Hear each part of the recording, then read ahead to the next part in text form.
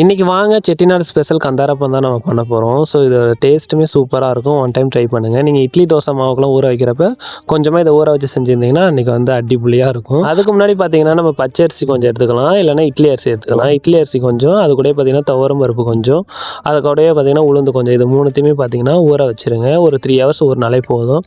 நல்லா ஒரு பேஸ்ட் பதத்துக்கு அரைச்சிக்கோங்க. அரைச்சி முடிச்சதுக்கப்புறம் பார்த்தீங்கன்னா இதில் 1 கப் அளவுக்கு வெல்லம் நான் சேர்த்துருக்கேன். நீங்கள் நாட்டு சக்கரை கூட சேர்த்துக்கலாம்.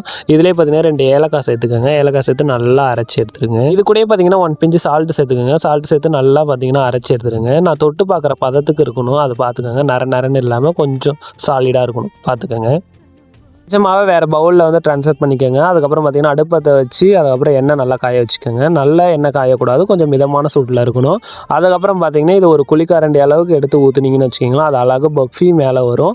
இதோட ஸ்ட்ரக்சர் பார்த்தீங்கன்னா சுற்றிலும் பார்த்தீங்கன்னா அது ஒரு கலரில் லேயர், அதாவது டார்க் கலரில் வந்து அமைஞ்சிருக்கும். அதுதான் அதோட வெந்த பதமே ரொம்ப நல்லாயிருக்கும். ஸோ மறக்காமல் ட்ரை பண்ணுங்கள். தேங்க்யூ ஃபார் வாட்சிங்.